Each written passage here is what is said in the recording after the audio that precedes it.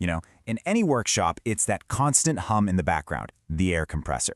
It's the absolute powerhouse behind your most important tools. But, and this is a big but, choosing the wrong one or just not taking care of it is easily one of the costliest mistakes you can make. So let's dive into how to get this absolutely critical investment right. I mean, we've all been there, right? You spend good money on a piece of equipment, you expect it to last for years, and then it just gives up the ghost way too early. It's frustrating. We're going to make sure that doesn't happen with your compressor. 50,000 hours. That's the number you're aiming for.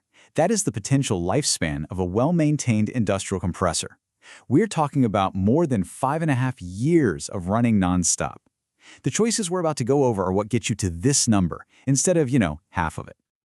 Okay, so to make a smart choice, you've got to understand the fundamentals first. So let's pop the hood real quick and see how these machines actually do what they do. Here's the key thing to get. A compressor doesn't create power. It converts it. It takes electricity from the wall and basically transforms it into potential energy, storing it in pressurized air that's just waiting to power your tools whenever you need it.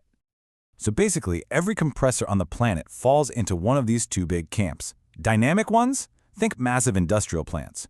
For pretty much every workshop, factory, or garage, all the action is in positive displacement, and that's what we're going to focus on. The whole idea is simple. Trap air, then squeeze it.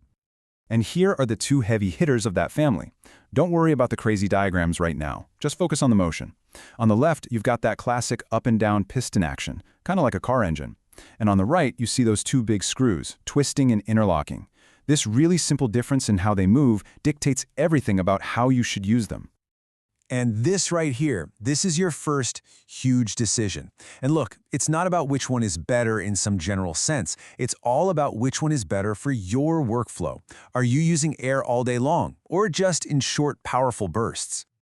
Think of piston compressors as the sprinters. They're perfect for intermittent use, like in an auto shop where you need a blast of air for an impact wrench, then nothing for a few minutes.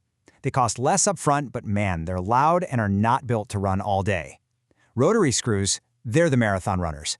They are built for a 100% duty cycle, meaning they can run 24/7 in a factory setting without breaking a sweat.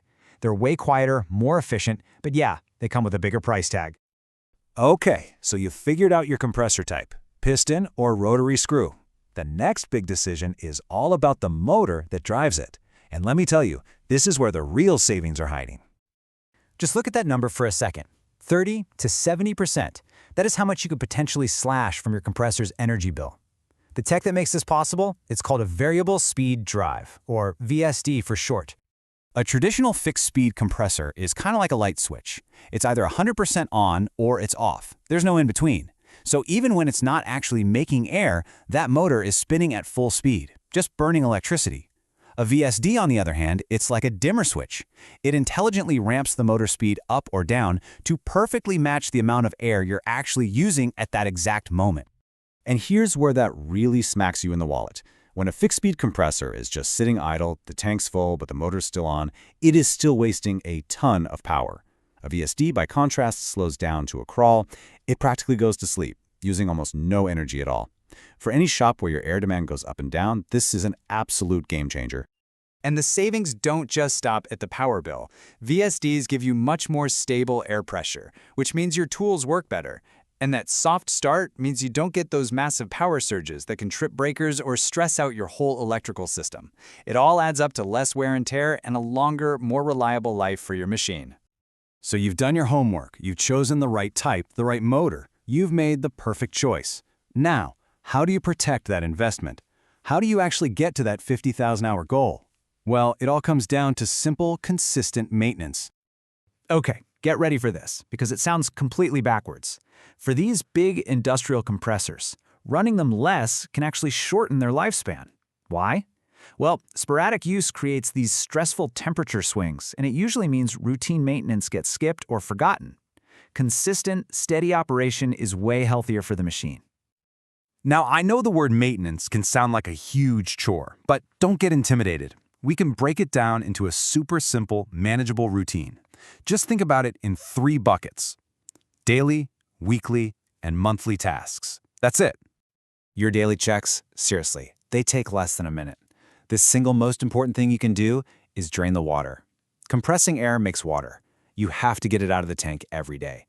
After that, just use your eyes and ears. Does anything sound weird? Any rattling or hissing? Catching a small problem early is how you prevent a massive failure later. All right, so once a week, just take a quick peek at the belts. Make sure they look okay, and wipe the dust off the machine. Then once a month, you have got to give that air intake filter some love. A clogged filter makes your compressor work way harder, which costs you money and shortens its life. It's like forcing it to breathe through a straw. These simple checks are your best line of defense. And one last tip here, and this one is critical. Remember, your compressor breathes. The quality of the air it breathes directly impacts its health. Sucking in hot, dusty, dirty air from inside the workshop is just poison for the machine.